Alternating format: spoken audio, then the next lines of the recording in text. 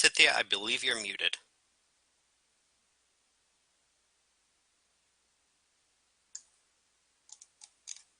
And I thought I had this down. Can I start over? You may. Okay, sorry about that. So thank you to the City Club, KGW, and X-Ray for hosting this debate. My name again is Cynthia Castro. I hope you're all doing well out there. Thank you for staying home to save lives and for joining us today.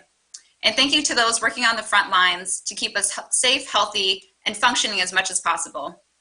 I grew up in the Pacific Northwest and have a background as a researcher investigating minority health disparities and poverty alleviation.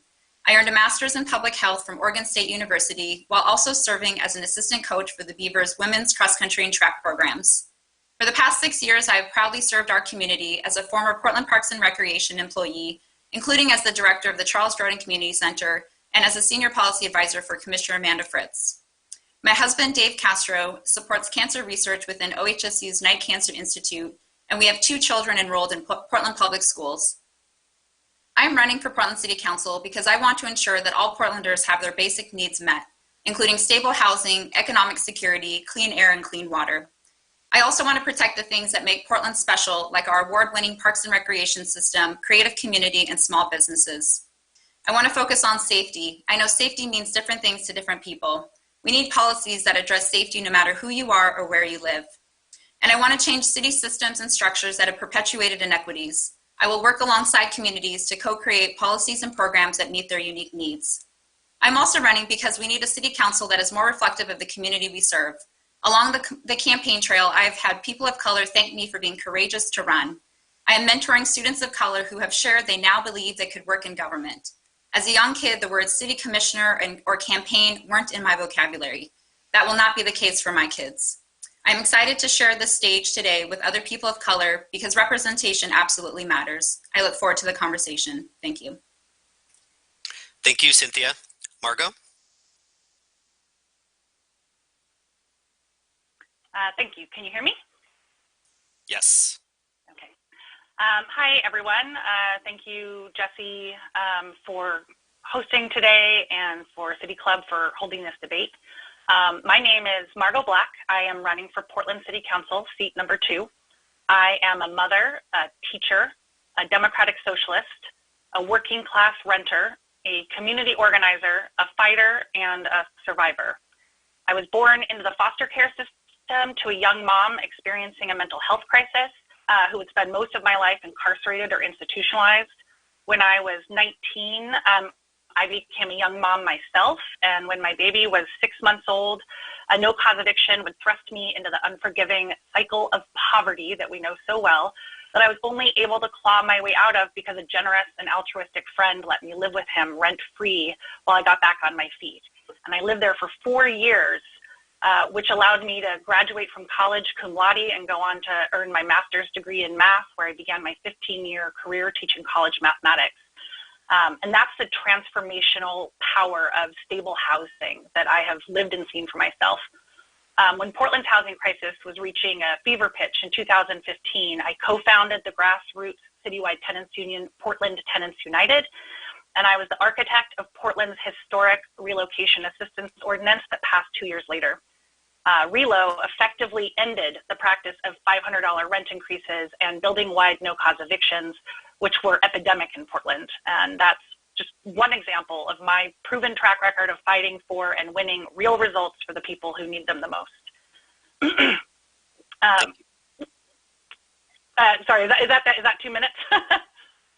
You still got a few seconds. Take them. Okay, well, let me just say this. When the problems we're trying to solve are personal, and when we have skin in the game, that's when we make finding answers a priority. The reason I'm running is because I have lived experience, because I have been deeply involved in Portland politics for the last 5 years, and I've seen how many tools we leave on the table, how many conversations that we aren't willing to have because of both a lack of political courage and simply just not listening to the right people because they aren't at the table, and those are the people who fall through the cracks. Okay. And that's where I live. Thank you. Thank you, Margot. Polo, it's your turn.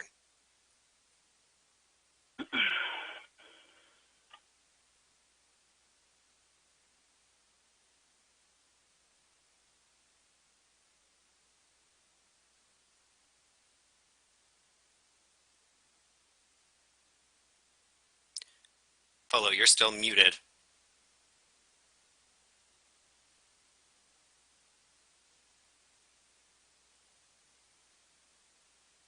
You're still muted.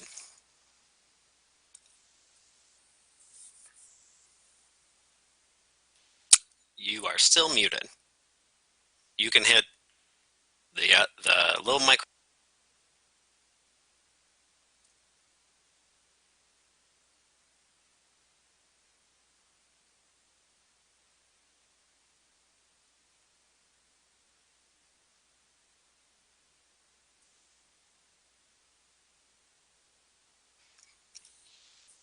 You're still muted on the app. So there we go. There we go. But can you hear me? We can. Okay, I'm sorry. Margot was still unmuted, so I couldn't unmute myself. Okay. Thank you, City Club, and good afternoon, Portland. I am a Spammy. That's a Spanish-speaking Asian Muslim island boy, Anglo-American lawyer. As an activist attorney and journalist for 36 years now, I've designed strategic partnerships of communities, schools, business, and faith associations who together engaged government. We've worked out of North and East Portland's neighborhood centers, coffee and noodle shops, our church, temple, and mosque basements.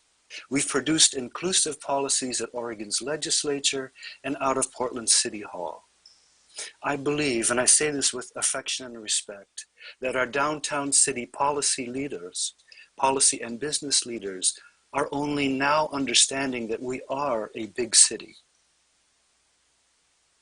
I don't just mean a big city of big built environments. I mean a city of big ambitious communities not engaged in our odd form of governance that's maintained an homogeneous socioeconomic bandwidth of local leadership. We own big city problems that didn't just arrive to spill out on our streets. We are big, only 75,000 less than Seattle, which is only 150,000 less than San Francisco. We share similar immigrant and ethnic minority demographics, never mind urban myths about Portland's whiteness. We're a city of all abilities and disabilities. We're homeowners and renters and Portlanders longing for a home. All of us are asking to participate in local democracy. Our campaign is about all of us, about us asking to help better lead a shared future. Thank you, Jesse. Thank you, Polo. Loretta, you're our last opening statement. Thank you, Jesse. I want to thank the City Club, SEIU, X-Ray, and KGW for having this debate today. And I am running for Portland City Council. I'm a single mother of a millennial. And Cynthia, I am a former Beaver alumni, so go Beavs. And as a former Multnomah County Kish Commissioner, can you hear me? We've lost your video. You lost my video. Okay, I'm trying to get back. I got it. There you are. So I guess we're now even because we all had technical difficulties, right? Patience and grace. Patience and grace. So I'm running for Portland City Council because the city that I know and love and that I grew up with is disappearing before my very eyes. Working class families were able to purchase a home, but now they're working 2 and 3 jobs just to make ends meet. And I know that this city is a city that I absolutely adore. It's a sustainable city. It is a progressive city, but right now it has conservative labor busting and contract negotiation tactics that leave our most vulnerable asset, the city workers, struggling to make ends meet in the very city that they work in to grow and to sustain. I know I have the skills, the heart, the determination, and the experience and the commitment to be able to sit on city council and try to make some of those changes that we so desperately need.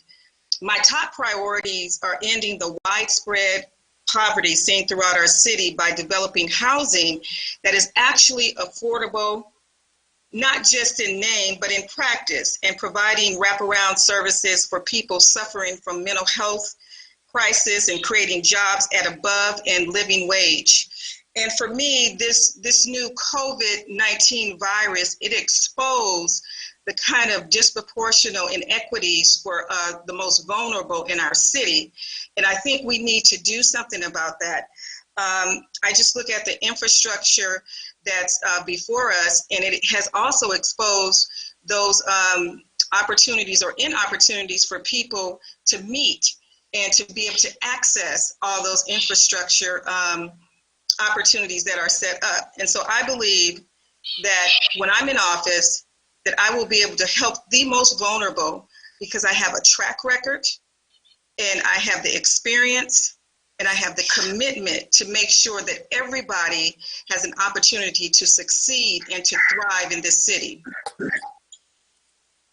Thank you, Loretta, and thank you all for those opening remarks. We'll now move to the prepared questions where each of you will have 60 seconds each to respond to the same question. First off, we know the city is heading into economic hardship with the need for cuts in programs, staff, and projects. What do you consider essential city services, and what tools are you going to use to assess cutting such services to ensure that they do not disproportionately affect people with disabilities, people of color, or people with less wealth? We'll start with Loretta, followed by Margot, then Polo, and Cynthia. Loretta? Thank you.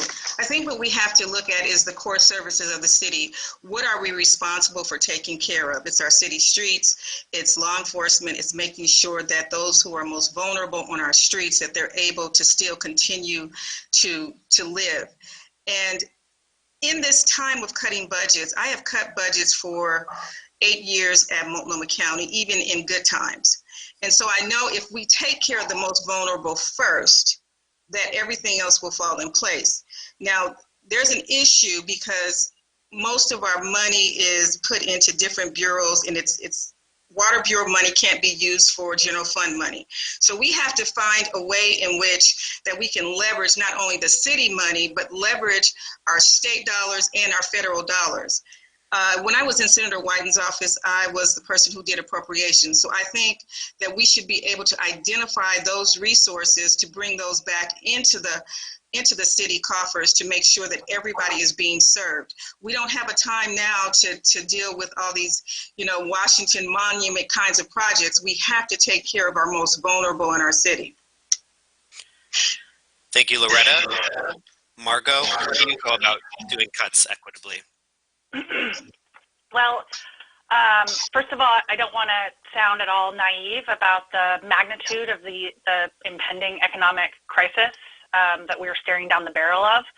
On the other hand, I think that we need to question this austerity mindset and how much we do need to cut, because really the revenue is out there. We just need to get a lot more creative and a lot more courageous about going out there and getting it, especially in this time where everybody is being told that they need to do their part and take a cut and bring tools to the table, and we're all in this together.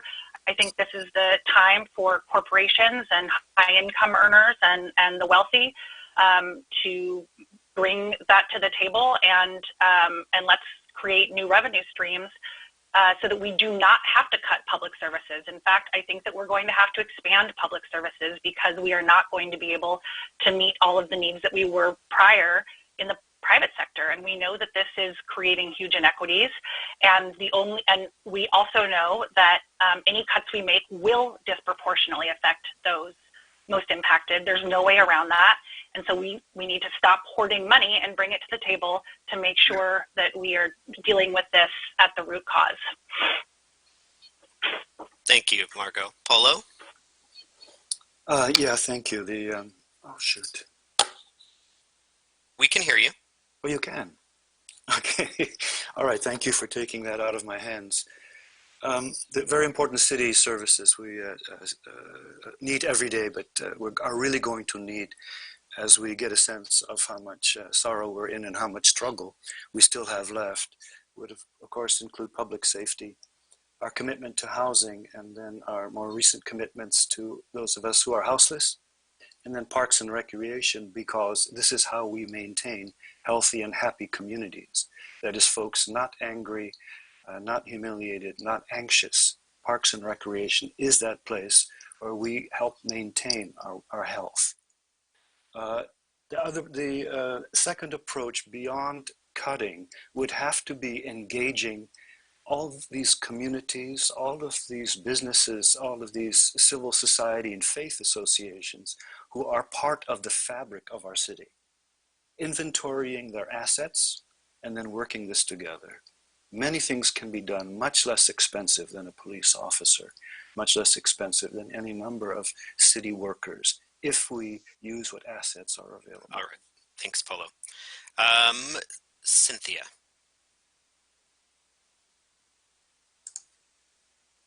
Thank you. So as a city employee, I know that the city has already started to make some budget decisions because of a estimated $100 million loss in revenue that we're expecting. And that number I anticipate is going to continue to go up as we're moving into our tourism season. So the longer that this pandemic goes on, the greater that revenue loss is going to be. So I agree with Loretta that we need to look at the leveraging state and federal resources. One of the measures that we've already taken within the city was to cut some of our seasonal and part-time employees. Unfortunately, a large number of those came from our Parks and Recreation Bureau, which faced mass layoffs last year as well, as they again were experiencing a projected loss of around $900,000 because of the closure of recreation facilities this year. And then just this week, we also received notice that we would have to, non-represented employees would need to take 10 furlough days. Again, as sort of a way to sort of mitigate the expected revenue loss that is coming. So as city commissioner, I will be engaged with my colleagues in really still needing to make difficult decisions. And I would prioritize maintaining services, especially for our most vulnerable communities. Now is not the time to be cutting back those services. Thank you, Cynthia. That question was focused on the future. I want to know a little bit about what you think about recent past. What is something that the City Council has voted for over the past year that you disagree with? We're going to start with Polo, followed by Cynthia, then Loretta, then Margot. Thank you, Jesse.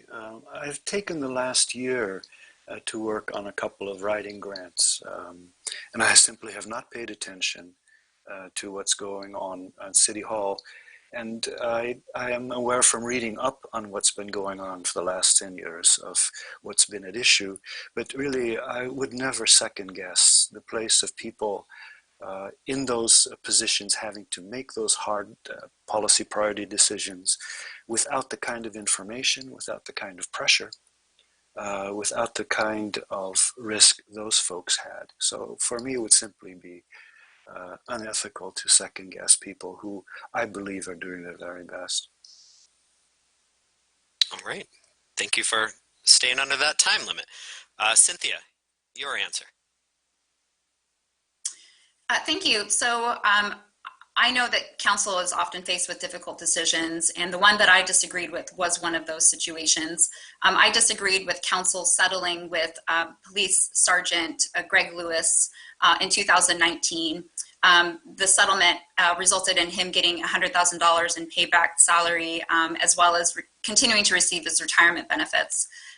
His fellow officers reported him making a racist comment, which came just days after a shooting of a Black teen. So I know that they, again, were faced with a difficult decision because ultimately their fear was that if they went to an arbitrator who would be the official decision maker, that they might lose and it might cost taxpayers more money. But I still feel like that would have been a situation where it would have been worth going through that process. Thank you, Cynthia. Loretta, what have you disagreed with the City Council? Oh, I have disagreed strongly against actually terminating the Parks Bureau employees last year, because I think that we could have done that in a different way. I think the parks are one of our biggest assets. Whenever I travel around and people know that I'm from Portland, they always talk about our park system and our libraries. So for me to be able to walk into a city council and knowing that I terminated workers who are working so hard. And generally, we're talking about workers who are non-represented workers, who generally are the least paid. They are generally from different areas of the city, and so they don't get treated the same way. And I think that we have to fully fund people who are working to keep our parks the best that they can be. And just like someone said earlier, that's a place that we can go so we can recreate. We need to have that fully staffed, and we need to make sure that we serve our most vulnerable. That's where young people go and get lunches in the summertime. And that's where we go in the evening to exercise and to meet in this COVID-19 crisis. But I think that was a misstep that the city council did in firing those folks from the Police Bureau. Thank you, Loretta. Margot, we'll close out with you. And Polo, you're still unmuted, so if you could mute yourself, that'd be helpful. I'm going to wait until that happens because I'm getting weird feedback. That's okay. Polo, can you? Oh, thank you. Okay, great. Okay. Yeah, so I agree with Loretta. I think that the budget that we passed that laid off parks workers was the worst decision in the last year that I've seen. I followed that pretty closely. Commissioner Hardesty had proposed very workable amendments, and a lot of good people did a lot of research and organizing. They came to the community budget forums. They filled City Hall when the hearings were happening. Parks workers who were going to be affected testified. A lot of those were seasonal and part-time parks workers who had just won a very long fight to increase their wages and their benefits and start to enjoy the benefits promised to our public workers, and then they were cut for only a $6.3 million budget shortfall. I'm a commissioner on the Rental Services Commission in the Housing Bureau, and I feel like we could so easily find that $6 million just in contracts that we don't have any accountability for, and that we're not even sure what people are doing with the money anymore. We can't cut jobs in situations like that, and we never should. Thank you, Margot.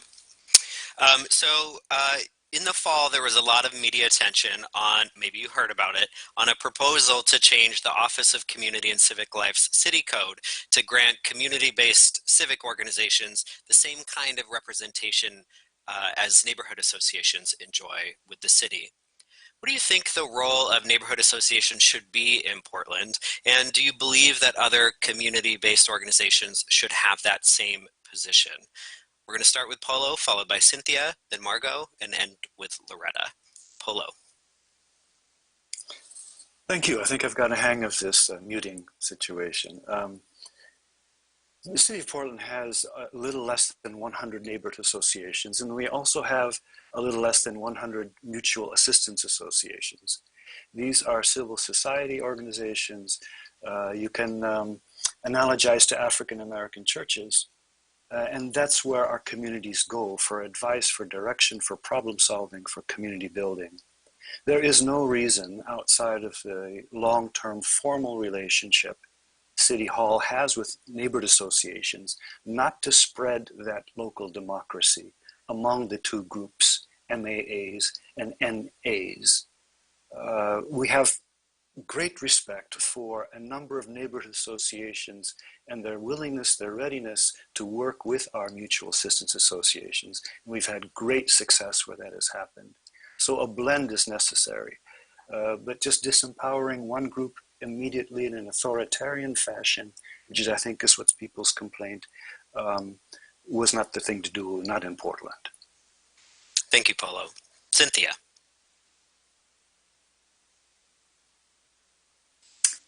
Yes, I agree that I did follow the code change process pretty closely, having worked in City Hall. And I agree that I think that what was illuminated through this process was what I really heard consistently from neighborhood associations was a desire to be more equitable, to be more inclusive. And I think that it's incumbent upon the city to continue to work to bring more voices to the table. And really, there is an opportunity to leverage the existing system that we already have. One thing that the city can do is, for us, we have racial equity goals, and those really should be applied to neighborhood associations who, like others who are receiving grant funding from the city, should be held accountable to. We've hosted many trainings that these neighborhood associations could also partake in. So I think that ultimately the goal is that, yes, we need to bring more voices to the table. I know that we're not reaching all Portlanders in the current system now. Margot, what's your take on the current neighborhood association and the proposal to restructure? So somebody in my neighborhood association once told me that renters shouldn't be allowed to vote, not just in neighborhood association elections, but in any elections, because we aren't invested in our community and don't know the value of private property. And I'm not at all saying that that is typical of neighborhood associations. That's an anecdote. But I want to say that I understand where these code change conversations came from, because the folks who don't feel represented in neighborhood associations, that's very real. And that lack of voice and power is very real. You asked if these community-based organizations should have equal power. And I think that is really the important question here. Is this isn't a zero-sum game. Giving community-based organizations equal power doesn't mean taking away power from the neighborhood associations. I absolutely support neighborhood-based organizing. I think place really matters, and I think feeling like you're part of a community and organizing with that community on decisions that impact your community is really important. But we have to make sure that the voices that have been systematically left out, the voices that represent needs across the city, not just in that community, have power at that table when we are making those plans. Thank you, Margot. And Loretta, the last word is yours again. Thank you. I think neighborhood associations, they play an important role, and we should maintain those associations. Additionally, other groups, whether it be communities of color, faith-based organizations, they also have to have a seat at a table. This isn't an either-or kind of situation. I remember when we started the first week of being at home, and so I sent out a letter to all the neighborhood associations, the 94 presidents, asking them to come on a call with me so I could identify some opportunities. And what I learned from that conversation was that no one from City Hall called them to ask them how to get information out into the communities. And they were really kind of upset about that, because I believe in many of the folks that were there, they believe that they're an excellent resource to getting information out into the communities. They're important stakeholders, just like our young people, just like our communities of color, and they should have some equal representation at City Hall. I saw this when I was at Multnomah County. I was able to bring in the Coalition of Color and get some of their strategies and priorities out and resources into their community. Thank you very much. So, Margot, I think you're still unmuted. We're going to move on to our next question. Last year, City Club released a report examining the commission form of government. The report recommended 3 reforms. First, Portland must transition to a modified council/manager form of government. Second, Portland must increase the size of city council. And third, Portland must change how city councilors are elected, with a recommendation to switch to some form of district-based elections. Please address these recommendations specifically and whether or not you support each one. If not, what would you support instead? We'll start with Loretta, then Polo, Margot, and Cynthia. Loretta? I do support single-member districts. I would have never gotten elected as a Multnomah County Commissioner had it not been a district. I think that's so important to have representation. The second one about a manager-based city hall, we have to look at that. to make sure, but I do think that this form of government has not been a great form for everyone. And I think in terms of being able to allocate resources, different commissioners may or may not have the same priorities in mind. And so I think we need a single voice, and we do need a single budget. The other piece, what was the third one that you said? The size of city council. I do think we need to increase the size of city council. We will have charter review coming up, but I think the most important thing that we should have our eyes on is how to keep our economy going in this crisis, and how to make sure that everyone is, they're being taken care of and that they're able to thrive. That's going to happen regardless, but we need to concentrate on this current crisis. Thank you, Loretta.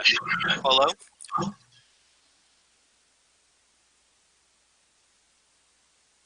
Yes, thank you. City manager and the city council, I would agree for one purpose only from my 10 years at City Hall, and that is our city bureaus operate in semi-independent silos, each of them with great expertise, all of them with people working very, very hard from the minute they arrive, way past quitting time. But these are silos of expertise that really need to be working together. Transportation and housing really need to be working together. The City Office of Civic Life and the Police Bureau should be working together. Without those kinds of strategic partnerships internally, and then partnerships outside with other Portlanders, we're going to continue to have this kind of unequal distribution of city services and city benefits and burdens. Secondly, increase the size. Yes, 5 is simply not enough. The last question on district-based elections or citywide elections, yeah, of course. You know, we have what is a de facto form of violation of Federal Constitutional Voting Right Act, where we have folks like us who simply are not going to make city Polo. Thank you very much. Margot, what is your take on the City Club's report on reforming city government form? So in terms of a city manager, 100%, that should be non-controversial. We should have done that a long time ago. In terms of increasing the size of council, absolutely. I would like to see some of those seats be reserved for specific groups of folks. And one of the things I'd like to work on is introducing a youth seat to council that could be held by somebody who is turning 25 before they are elected. And maybe a seat for people with disabilities or for seniors, which kind of leads into the districting. I am absolutely open and interested in different, districting methods. I tend to like proportional better than districted. But I think how we cast our ballots is actually more important. Right now, there are 18 of us in this race, and that means just theoretically, 2 people with only 6% of the vote each could go on to the general election. They could be the least popular candidates in among the rest of the electorate. And that's because of our plurality method. We need to use the star voting method in order to have a healthier and more representative democracy. Thank you, Margot. Cynthia, last word on city government reform. Well, thank you to City Club for doing the research on our form of government. I definitely think it's time that we look at our form of government and make sure that it works for all of us. As City Commissioner, I will be responsible for appointing members to the City Charter Review Commission. I think it's really important for us to have a robust community process. And what I've seen with the city is that we need to build the capacity within the communities, especially those that have been underrepresented, so they understand what the implications are and how to engage. So those are definitely things that I will be responsible for. As somebody who's a first-time candidate, I know that running a citywide campaign takes a lot of resources. If it wasn't for the Open Accountable Elections program, I wouldn't be able to even consider running right now. So that's why I do agree that we need to look at more districts. We do need to look at more council members, because running a citywide campaign can cost around $200,000. And a lot of us just don't have access to that kind of wealth. Thank you, Cynthia, and thanks for opening up the next question so well. So many of you are running under this open and accountable elections program, but we also know the city's heading into economic uncertainty. So under this program where small donations to your candidate campaigns are matched by city dollars, what is your commitment to the program and its funding once elected? We'll start with Margot, then Polo, Loretta, and Cynthia. And if you can make your answers short, that'll leave even more time for the folks watching online for their questions. Thank you. Thank you. This is a great question. I am very committed to it because just like it gives Cynthia an opportunity to run, it also gives me an opportunity to run. Folks who haven't been, groomed for this, or who don't come from generational wealth and power, really have a very hard time breaking into, politics or political office, and public financing makes all the difference. I'd like to see, this is our first open and accountable elections. I'm certainly, learning and thinking a lot about it as we're going through it. I do think that there are ways that it could be very sensibly, reformed or reconfigured to be more budget efficient. So I'd be more interested in looking at that than in limiting this. I think there's a lot of ways that even this program is still going to very much benefit the folks who don't need it, and we need to really look at that and make sure that we're not throwing money away to the wrong people. But I'm absolutely committed to maintaining it and strengthening it and expanding it, actually. Thank you. Polo.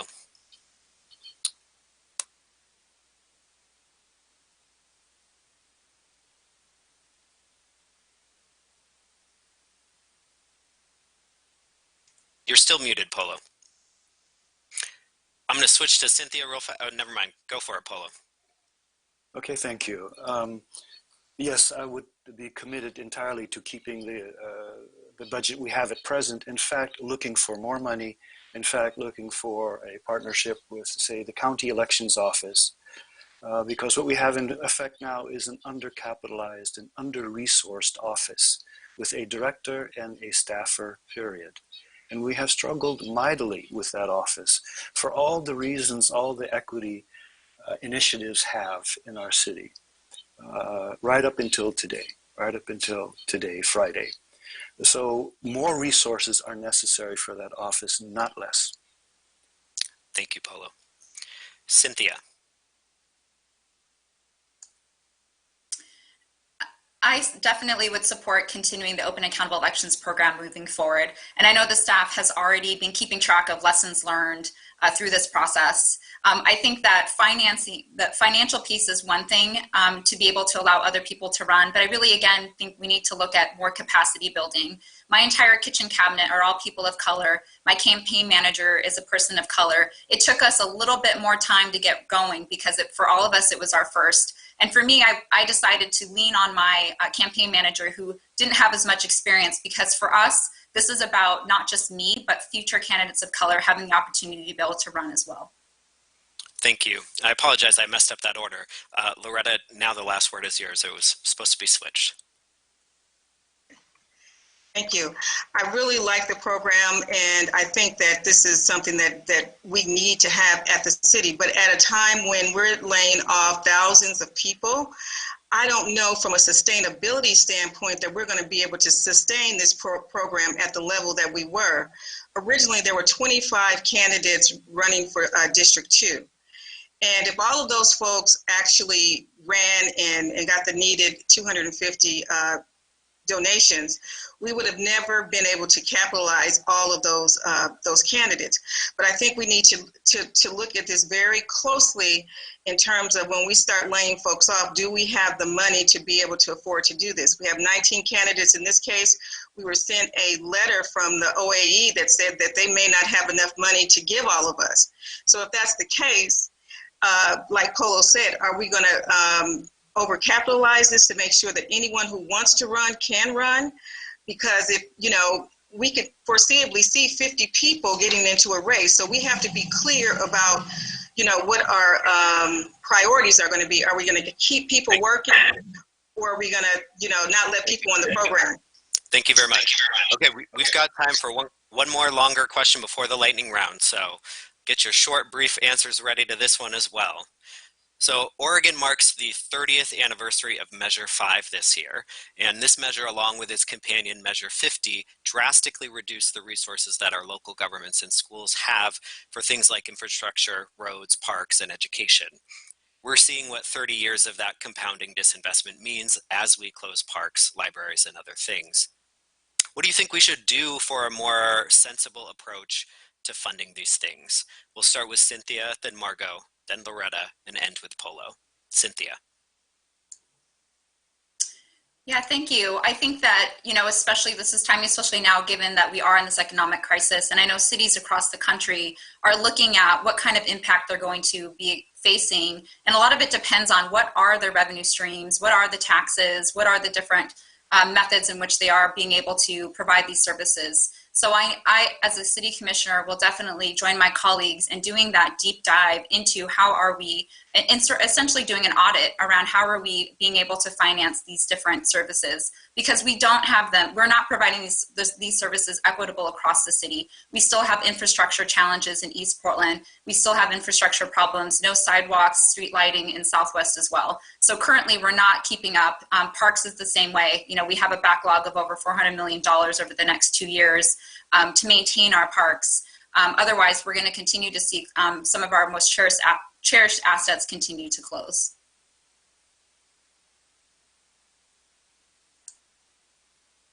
Margot?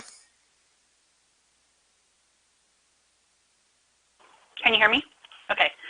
Yeah, interesting question. I think that the easiest answer is that we really need to roll up our sleeves and use the bully pulpit of the Portland lobby arm to do the work needed to be done to overturn those measures, and otherwise, just major property tax reform. We need to end the real estate transfer tax and reform the mortgage interest deduction to pay for these services.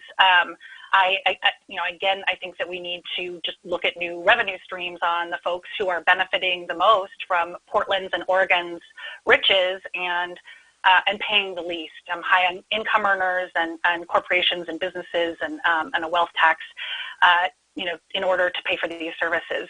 But we do need major property tax reform, and we need to stop making austerity-based excuses to close or underfund schools and libraries and the things that our community is most dependent on and what makes our city beautiful and great. Thank you. Loretta. Thank you. I think Measure 5 and Measure 50, they need to be revisited quickly, and we need everybody paying their fair share. Now more than ever, I think we need all of our available resources at the table, and I think we can do that effectively. I think we need to create partnerships in the private sector and the philanthropy sector to make sure that people are getting the best education they can get, and that we can actually use our resources like our parks. It's a must. Thank you. Polo, it is your turn to answer that question. This is a good time to revisit both Measure 5 and 50. And we've seen really recently how City Council has been using Portland's legislative advocacy, Portland's city attorney's offices to engage in a very progressive state leadership at the Legislative Assembly to move, in this instance, from the former exclusion banning of inclusionary housing. This is a big city response to legislation. So there is room for city government to have a word in this, and we need to create those partnerships of local cities to go to the legislature in a very favorable environment and ask for help, which will be coming from the federal government as well, for more revenue streams. Great, thank you, Polo. Before we move to the audience questions, we have a lightning round. Lightning means one-word answers only. one word. And we are going to keep the same order throughout. It is going to go Cynthia, Margot, Loretta, and Polo. One word answers. Are you ready? What neighborhood do you live in? Cynthia. Hillsdale. Margot. Hillsdale, Multnomah Village area. All right, y'all neighbors. Loretta. Mm-hmm.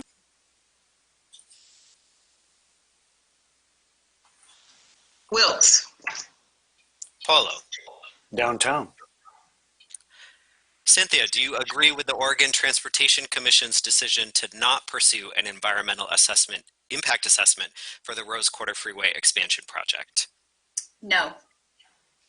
Margot? No. Loretta? No. Polo? No. Cynthia, do you support the Metro homelessness measure on this May's ballot, knowing only high-income people and profitable businesses will pay? Yes. Margot? Yes, yes, yes, yes, yes. Loretta? Yes, yes, yes. Polo? Yes. Cynthia, do you support the current policy that allows Portland police officers to access the names and information of civilians who have filed complaints against them? No. Margot? No. Loretta? No. Polo? No. Cynthia, how many episodes of Tiger King have you watched? 0. Margot? Were there 6? 4, I think. Loretta? 0. Polo? I don't know this show. I'll take a 0 then. All right, it's time to move on to the questions that folks have submitted, either through email or online through other ways. Let's start with issues surrounding homelessness. We know that it's a buzz issue during every Portland election. It's even on the ballot this year. Most of the conversation is made up of people who are not homeless and who do not interact with the homeless. So this person who submitted this question has been on and off the streets a few times and has struggled with mental illness and addiction for a while. How will people like them be included in your administration? What will you do to build trust with homeless folks and formerly homeless folks and let them help come up with the solutions to their problems? Oh, they also want to remind you that homeless people vote. I'm going to start with Loretta, followed by Margot, then Polo, then Cynthia. I think we have to have a proactive strategy when we're talking about homelessness. And we not only have to just listen to advocates talk about homelessness, we actually have to talk to people who are homeless. I was visiting the Knott Street Community Center, and all along the street there are people who are in tents. And so I stopped to talk to them to ask them why they were homeless and if anyone had contacted them about trying to get resources to be housed. And they said no one had talked with them, and I connected them with Mark Jolin's office. But the issue is we have to continue to engage people who are homeless, and we have to get their thoughts, because oftentimes we have advocates who may not be relaying the right message back to policymakers so that we can get the right resources in the right places. Until we actually know how they became homeless, and we don't have that data, we're not going to be able to put the appropriate resources in mental health, domestic violence, or any of the wraparound supports that we now provide for people who are houseless and homeless. Thank you, Loretta. Margot? Thank you. So the question really isn't what we'll do about homelessness, but what we will bring, how we will listen to those voices, right, and include them in our administration. Yes. This is really one of the reasons that I am running, is because I've seen with my own 2 eyes how those who are most impacted by the conversations happening at certain tables are not at those tables. They're not invited. If they can find their way there, they're not listened to, they're ignored, they're trivialized, they're paternalized, and the outcomes are evident around us. You know, we're pouring money into failed solutions, and we're only seeing the problems get worse. And we treat, homelessness like it is one monolithic issue.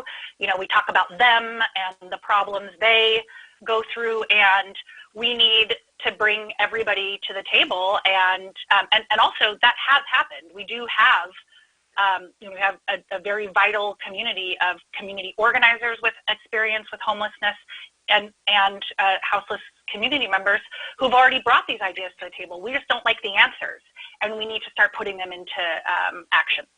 Thank you. Polo, what are your thoughts on this question? Okay, are you turning on my microphone so I don't have to fuss with it? We got you. We can hear you. Thank you. A part of this conversation we're having now is the we part. We don't listen, or we do listen, or we engage, or we don't. And I'm afraid that the we is usually just police officers. City government has not committed itself to being a big city yet. We've left that to county services and to contractors. We have not yet considered that a city is people like every big city does. To us, our municipal form of government is still about built environment, not about a human environment. So let's make those shifts first and properly capitalize, if we have the revenue, our commitment to people as well as to place. Here Together is one of these new wonderful engagement of city government with county government, with community organizations, civil society and alike, and that should be the model from here forward. Thank you. Cynthia. One of my priorities is to improve access to government and to make sure that, and one of the things that I've stated in my policies is that I do want to bring homeless individuals to the conversation. I often find that that is lacking. We're talking about them, but they're not actually there at the table. And it's not just unique to the homeless population, it's with others, especially communities of color. When I was the director of the Charles Grodin Community Center, trust is something that's really essential to me. We had an individual who was homeless, who had a mental health condition, and we built relationships with him, made him feel welcome in our facility. I had a relationship with his mom. I could call him if something was happening, as well as his social workers. The social workers asked, he needs to take medication. If he doesn't, then his behavior can become erratic. So it became a team effort to help support this person. And I know that other Portland Parks and Recreation employees are also doing those things too in supporting our communities on the front line. Thank you. Let's move to police and protests. After Trump's election, we saw that Portland made national news for the police's response to protesters downtown. Given that this is an election year likely to see protests, how should Portland respond? We're going to start with Polo, then Cynthia, Loretta, and Margot. Polo. Portland needs to go back to the Mayor Potter and Chief Potter era of community policing. That is public safety officers having relationships with the communities, with the neighborhoods they serve all the time. Not just at times of conflict, not just at times when our young people are on the streets really unhappy about our shared future, when our ethnic minority communities are on the streets really unhappy about the existing order. It should never happen when a police officer has to make a lonely decision about the use of lethal force. Of any force. Those relationships must be in place all throughout the life of the officer's career. This is what makes police officers happy to go to work every day. This is what makes them happy to return to their families every day, knowing communities will back them up because there's an existing relationship of trust and accountability. This is a public safety officer's responsibility, and it is our responsibility as the neighbors asking for their help. Thank you, Polo. Cynthia, what are your thoughts? I realize that we have a lot going on in our world right now, but to your point, we do have a big election coming up, and I think that we need to do what we can to be proactive and be prepared. This will not be the first protest that we have faced. We really need to look at lessons learned from the past. I believe in de-escalation tactics. I believe that we need to be bringing different partners to the table, including agencies like the ACLU. So we need to balance making sure that we are helping to keep things de-escalated while also keeping our officers safe. Great. Loretta. Thank Thank you. I think we do need to have a community policing kind of effort, because when you know the people that you are actually working with or trying to control a protest, you have a better sense of who they are, and it's not adversarial. I also think that our police officers should actually be required going forward to live in the city of Portland, because right now a lot of our police officers are not from Portland. They don't live in the city of Portland, and so they don't even know who the community is. My son was pulled over when he was a teenager in my car from the police. They thought he had stolen a car because he was driving a car, and I thought, if you had lived in this community, you would have known that this kid lives in the community. He lived right around the corner from where he was stopped, and they wouldn't have had that problem. And so for me, I mean, he has trauma every time a police car pulls up next to him because of that stop. So for me, I think we need to get folks living in the community and having a community policing effort. Thank you, Loretta. Polo, I think you're still unmuted, and Margot, you'll have the last word on this question. Thank you, Jesse. So, yeah, I think the disproportionate show of military-grade strength policing in response to people exercising their constitutional right to assemble is what's counter to the values this country was founded on, and it's certainly counter to the progressive values of Portland. I've personally witnessed police brutality at public protests. I've been at protests where my kids and I have been pepper sprayed without warning and certainly no provocation. And I've also been at protests. I was at the protest in 2016 in front of the Justice Center where a gun was pulled. And I was also with my kids, and it was terrifying, and the police were nowhere to be found. And I just think that everything about the way that the police is interacting with Portland's protests right now needs to change. I mean, what are they trying to prevent? I mean, the most of the violence that they are supposedly there for is mostly, perpetrated, because they are there. The people who are most injured are the ones who are injured by the tear gas and the Thank you. beanbag bullets. Thank you very much. It's a big pivot here, but I want to know, what is your view on auditing all city contracts as a cost savings strategy? We'll start with Margot, then Polo, Cynthia, then Loretta. I love that idea. I very much support it. Again, as a commissioner on the Rental Services Commission, I've been very concerned about all of the public services that we outsource to different contractors and community partners, and how little information we have about what services are actually being provided, and more importantly, what outcomes are coming back to see if those dollars are being used the most efficiently and effectively. As a commissioner, I've asked a lot of questions about this, and I've tried to leverage my power as a commissioner to try to get more records and a better understanding about what we're paying for and who we're helping, and in my opinion, more importantly, who we're not helping because what we're not paying for. And I have, one of the reasons I'm running for office is because of how hard it has been to get those answers, and because we have through that process found millions of dollars that we shouldn't have been spending, but we are. And so absolutely, it will bring money back to the table that can be more efficiently used. Thank you, Margot. Polo, what do you think about auditing city contracts?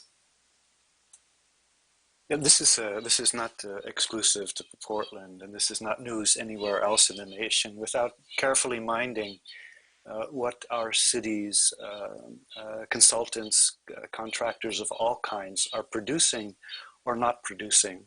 And that what Margot was saying about not being able to find those figures or having those assessments brought to her when she asks is a serious problem. Moreover, having contractors and consultants who've been in people's Rolodexes since there were Rolodexes, I understand most folks don't use these nowadays, has kept many of our communities new and more responsive, more energized consultants. from having an opportunity for those contracts. So accountability, yes. Outcomes, it would be nice to see this every year, an assessment, bureau by bureau, of the money going out sourced. Thank you. Cynthia, what's your take? Yeah, I definitely agree that we should be auditing our contracts. As somebody who's data driven and somebody who, for me, I really take it seriously in spending taxpayer dollars. So we absolutely need to know what are the outcomes, what were the terms and expectations of the contract, and are we meeting those? I think too often what happens is that we do have contracts that have been long-standing that we just continue to renew and carry over. I also think that as a city, we've established racial equity goals, minority, women, emerging small business goals. And so we also need to make sure that whoever we're contracting with is meeting those expectations and is aligning with what our values are. Thank you. Loretta, what's your take? My take is I totally think that we need to audit the contracts. We're not a performance-based budgeting government at the city or the county, and one of the ways that I was able to get permanent funding for a coalition of color who serve young people was because they had great outcomes. And that's why we were able to give NAYA, Latino Network, SEI, and IRCO a contract that served the most vulnerable youth in our city and who had the greatest outcomes. And so I think when you do that, you're able to bring more people into the fold, and you're making decisions in real time that are going to affect people in real time. And if we're still doing things the way we did it before, we're going to get the outcomes that we did before. As a result of that coalition, we have now increased the high school graduation rate. And it would have never happened if we did not funnel resources into that coalition to help our young people. Great, thank you. We have about 7 minutes. We might have someone still not muted. We have about 7 minutes left for folks' questions. I want to talk a little bit more about housing, and in particular, this current response. What are your thoughts on rental vouchers, mortgage vouchers, as an alternative to deferring rent?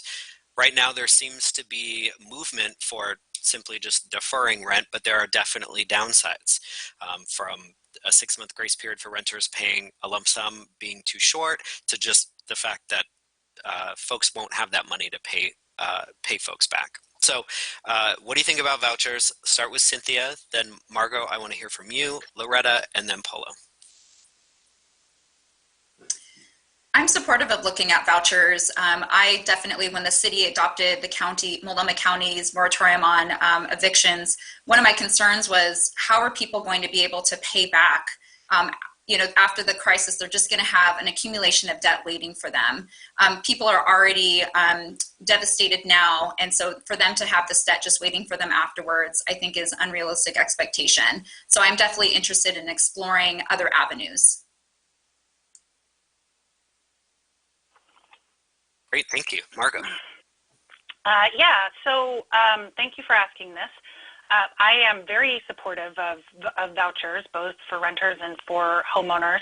I've been asked, from the moment the eviction moratorium came in, I have been incredibly worried about the 6-month deferral. It simply just doesn't reflect the reality on the ground. To me, it seems like the perfect example of a policy or an idea written by somebody who hasn't struggled to pay the rent, in their whole lives or in decades. There's so many people who were already living hand to mouth before this crisis, and the idea that we could stomach, months of debt on top of paying our, already rent later in the future is impossible. I think that vouchers should be an entitlement system. I think that everybody who needs one should get one. I think that nobody should be paying more than 25 to 30% of their income in rent, and that means if your income is zero, that your rent would be zero. And I think that landlords who are going to be hurt by this crisis, they need to go and apply for the assistance, and the public funds should not be subsidizing profits, just expenses. Thank you. Loretta, what's your take on vouchers? Yeah, my take on vouchers, I think we do need the renter vouchers. I supported the moratorium, but we also, at the same time, concurrently need to help these homeowners who are actually renting to folks. The majority of the folks who are renting, they're renting to mom and pop kinds of landlords, and they can't afford to not have rent for 3 to 6 months. They're going to actually lose their property by trying to adhere to the state in the county law. So we need to be equal in our opportunity to make sure that everybody has resources to maintain, because everybody's losing in this crisis right now, and we shouldn't put the burden on one side or the other without making sure we fill the gap for those who are providing the houses for people who are rent burdened. Because, when they come out of this for 6 months, they're not going to be able to pay that back rent. I mean, it's just putting them in a bigger hole by actually making them do this. So if we make everybody whole, we're going to be able to get through this crisis together. Thank you. Polo. Yes, I think Loretta spoke well. Just to give relief to renters is not enough. We have a big hole, and we had better properly capitalize filling this. Many, if not most, landlords, what an awful use of Anglo-American law, landlords, are small, barely making a slim profit, mom and pop businesses, as Loretta had put it. That is to say, if we take something away from those folks as well as from renters, we're not filling the hole entirely. We are actually adding to more misery down the road. Just giving folks a deferment from rent is almost cruel, because these are the same folks. Many are the same folks who will simply not have jobs to go back to. So a big city needs to have a big city solution. It's expensive. Equity is expensive, but we need a better distribution of the benefits and the burdens of being Portlanders. Thank you, Polo. We have time for one more, and then actually maybe two more. The last one's going to be real quick, so you gotta hold to that. But first, can you describe your leadership style? How are you going to collaborate with your fellow colleagues on the City Council? Loretta, then Polo, Margot, Cynthia. I think that we have to have a collegial kind of relationship with everyone on the City Council. I know right now everyone is so concerned about this crisis, and we don't have time for folks to not leave anyone out. And so we need to make sure that everyone is talking about helping the most vulnerable and getting that message out, because if we don't, it is going to be a bad day in Portland for a lot of folks. So I think we have to be open. We have to be honest about, where equity is. And in many ways, we do have to spend more on equity and diversity in making sure the most vulnerable is taken care of in our city budget. Thank you, Loretta. Polo, how do you collaborate with fellow colleagues? Well, my leadership style is more about how we solve problems than the what part of solving problems. I think we have great technical expertise, for example, in city bureaus, in any organization committed to its mission. What I mean by how is, how do we get to a decision? Who is involved around the table? We have not done a great job of this in city governance up until now.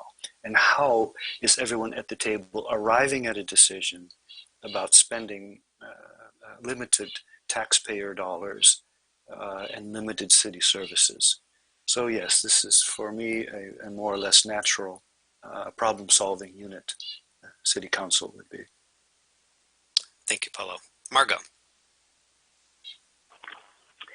Thank you. So I'm going to default to my experience as a mother, a math teacher, and a trained mathematician. So I have 3 children. I've raised one all the way to adulthood. She's about to graduate this spring from PSU. And anybody who has raised a teenager all the way to adulthood knows that you have to be willing to compromise and collaborate and listen and be wrong.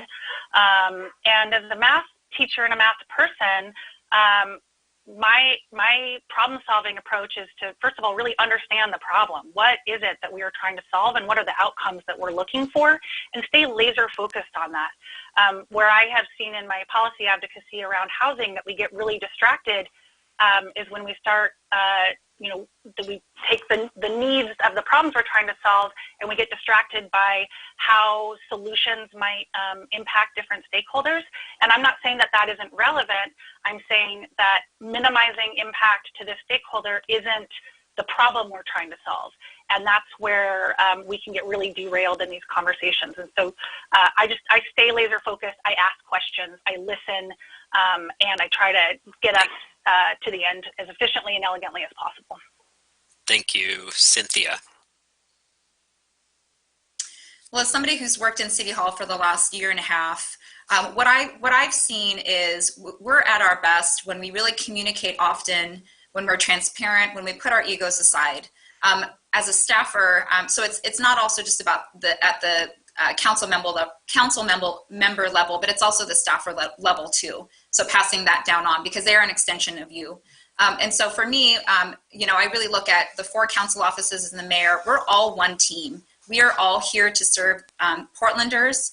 And when we are unified, that just makes us that much stronger and a much more effective team. I think we need to push egos aside. I'm a competitive athlete, but I've been able to put that aside.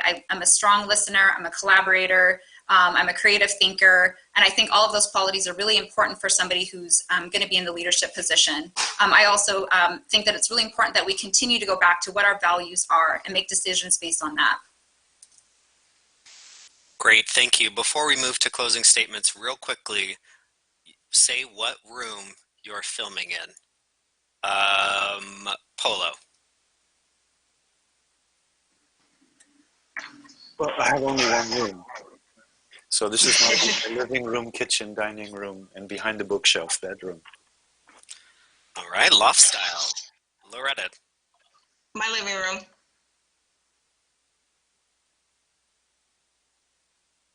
Cynthia. I haven't lived in this house very long, hence the need for more decorations on the wall, but this is part of my dining room. I've been here 15 years and clearly I still need some decorating to do. Margot, where are you at?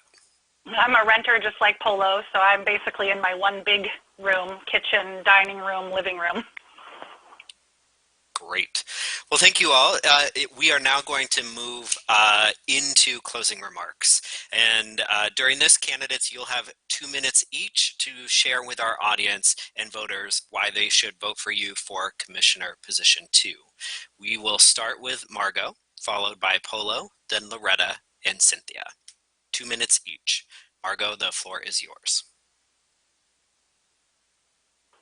Thank you. So again, I want to just remind everybody that my name is Margot Black and I'm running for seat number 2. I think you should vote for me because I am not a career politician. I don't aspire to be one. If I win this seat, it will be to accomplish the things that I'm saying that I'm running for, and not to get reelected. I'll get reelected if you like the work I've done and believe in it and want me to keep doing more, and not because I have not done things or not said things that I am worried would affect my electability. I'm running because I actually live in the cracks of the system, the cracks that the system creates for us to fall through. And I've seen firsthand that the only way to close those cracks is for people who exist in them to be at the table in positions of power. I really do believe nothing about us without us. I have life experience that is very unique. I have a very diverse and unique skill set as somebody who has had an interesting life story. I have academic and research experience. I'm very good at communicating. I'm very good at problem solving. I have a very strong, proven track record of getting very meaningful and impactful work done at the city. I have the relationships in the building. And people will know that I will be fighting for them, and I mean business. And it is time in Portland in these unprecedented times to have unprecedented solutions, and I am the person with the courage and the skills to bring those conversations to the table.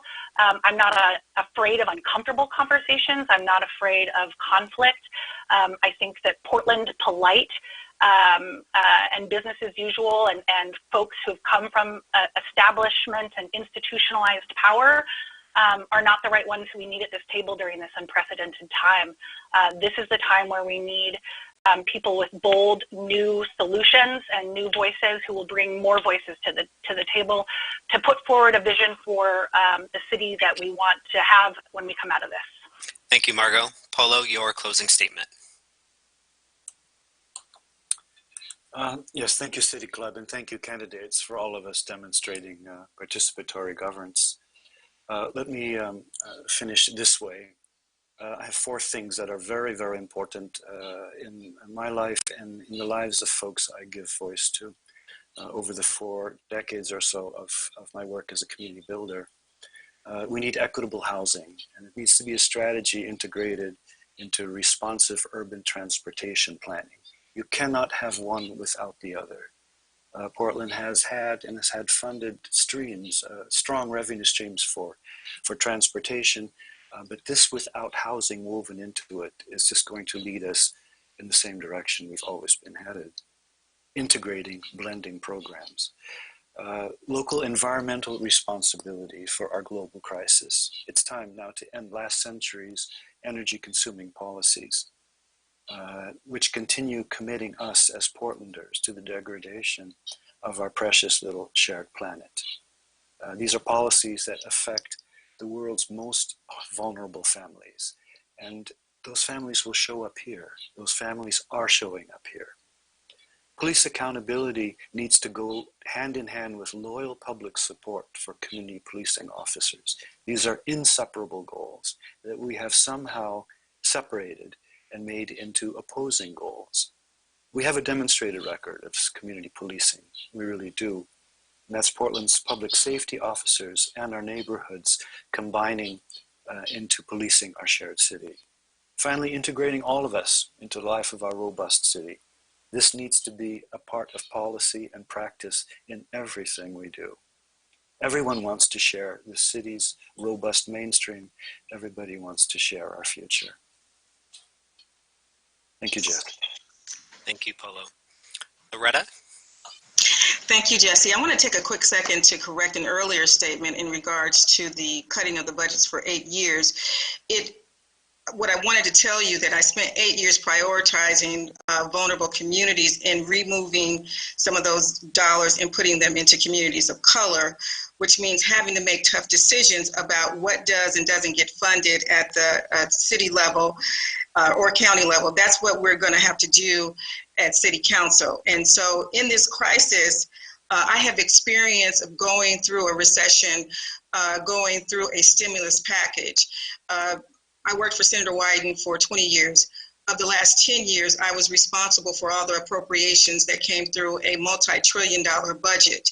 And in doing so, I had to identify projects that we were going to fund, whether or not they had folks that we were creating new jobs, what kinds of jobs, and what that was going to do for a community. So I have 10 years experience doing that. I have 8 years experience putting together a $1.8 billion budget.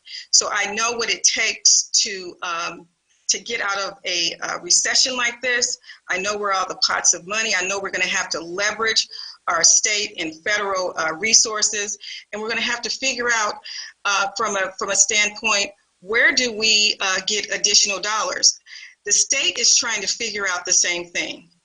We had a stimulus package, like I said, in 2008 and 2009, where we were able to bring in $4 billion that helped Head Start nationally.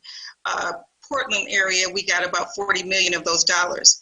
I was able to do that at the federal level and at the county level to identify federal dollars. And we did that with the Promised Neighborhood and bringing $30 million into the community. So we're going to have to look outside of our community, outside of our state, to leverage additional resources. I have the track record, the background, the commitment, and the dedication to doing that, and making sure that all of our residents of the city of Portland, that they're able to thrive. Thank you, Loretta. Thank you. Cynthia, bring us home. Well, thank you, Jesse, for facilitating this conversation today. And candidates, it's been nice seeing you all again. We're living in the midst of a global crisis, but I had confidence that we Portlanders would rise to the challenge, and we have. I have friends sewing masks, we have businesses shifting their production from beer to hand sanitizer, and people signing up in droves to volunteer. And of course, we have Portlanders working on the front lines to keep us safe and healthy. Grocery store employees, janitors, postal workers, nurses, doctors, you are our heroes. I knew we would step up because I've seen it before. During the severe winter storm of 2017, we hosted a warming shelter for our unhoused neighbors at the Charles Rowan Community Center. We partnered with the Joint Office of Homeless Services, our park rangers, and mental health and behavior specialists. Community members volunteered on site and brought clothing, pet food, and blankets. As City Commissioner, I will lift up our strengths as a community as we rebuild our lives. We are stronger together, and we each have something to bring to the table. Unfortunately, the coronavirus crisis has also highlighted the racial and socioeconomic disparities in this country. We're seeing worse Latinx employment outcomes, more severe health impacts on Black and Native communities, immigrant and refugees facing language barriers, and people with disabilities being denied services. As a city, we must, with greater intentionality and urgency, address the systems and structures that have perpetuated these disparities. This is a priority for me. I am vying to complete the term of Commissioner Nick Fish. I will build on his work to secure a long-term financial model for Portland Parks and Recreation. As a respected former Parks employee and City Hall staffer, I am uniquely qualified. We have seen the power of parks during this crisis. Let's ensure its long-term viability for generations to come. To learn more about me, visit my website at cynthiacastro.com or follow me on Twitter and Facebook at Cynthia4PDX. Ballots are arriving the last week in April. Vote for me. I'm a qualified, connected, and transparent leader who will be ready to work for you on day one. Thank you, Cynthia. Well, our time is up, and I want to thank you all for being with us, and thank you to the candidates, Margot Black, Cynthia Castro, Polo Catalani, and Loretta Smith for joining us today. And of course, deep thanks to all of you online joining us from home. You can join us next week. I'll be here for the second debate for Position 2, featuring Sam Chase, Julia DeGraw, Tara Hurst, and Dan Bryan. All City Club programming will be available on our website for the duration of the election season, in addition to other in-depth local election coverage. Thank you again to today's sponsors, The Standard and SEIU 49, and to our media partners. We couldn't do it without you, KGW and X-Ray FM. For City Club to continue to provide quality in-depth information to voters, especially in moments like these, we need your support now. Make a donation today, whatever you can give. If each of us watching right now gave $5, we would make our goal. Just text Support City Club to 44321. That's Support City Club, all one word, to 44321. Let's all work together to keep democracy moving forward. And in the meantime, in between time, you can stay engaged and continue to ask questions of future debates. You can email questions at pdxcityclub.org or on social media using the hashtag CityClubDebate. Let's find out what's possible when we truly make space for everyone to connect, share ideas, and build for the future. Thank you all for being with us. Stay home, stay safe, and don't forget to take the census. We are adjourned. Thank you very much, Jesse.